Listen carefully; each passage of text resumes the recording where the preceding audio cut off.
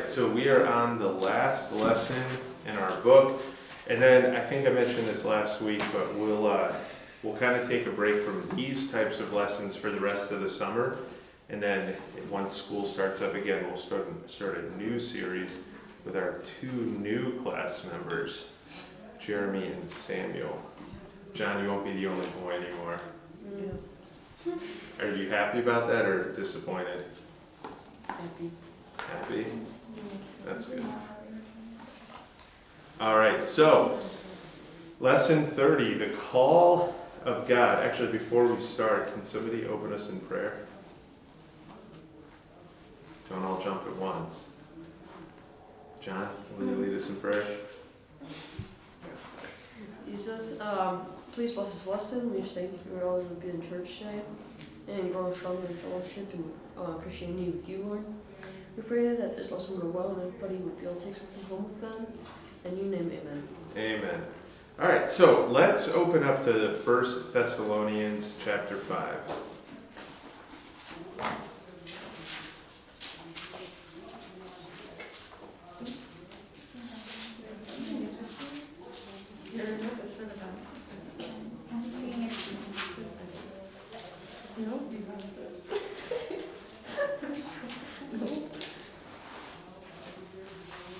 All right, and will somebody read 1 Thessalonians 5, verse 24?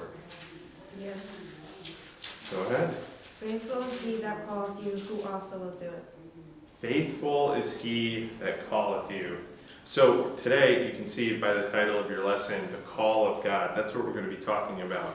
And also, the fact that God is faithful. So being faithful, when we're talking about God, he's unchangeable. And through God, we may fail him, but he's never going to fail us. We want to talk about two ways that God is faithful.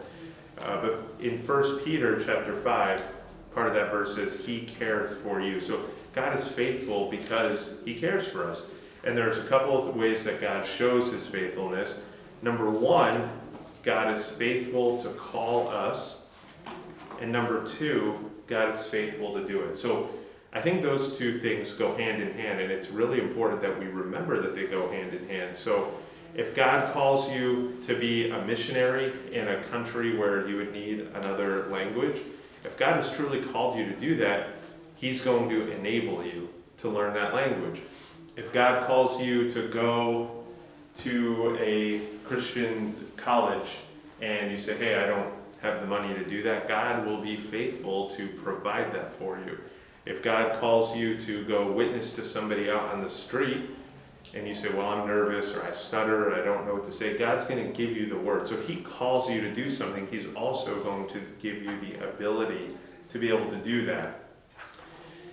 So God also calls, God's calls are also his enablement. So God not only calls us, but he enables us to do it. So he gives us the ability. He gives us the ability. If God calls you to do something, your response can never be, well, I can't, because God says that he is faithful to give us the enablement or the strength or the power, whatever you need to be able to do it. So what's something that you think in your life God has called you to do that you thought at first you didn't have the ability to do it? Anybody have an example in their life, or an example from the Bible if you don't want to talk about your life in particular? There's one really famous one that comes to mind in the Old Testament with a certain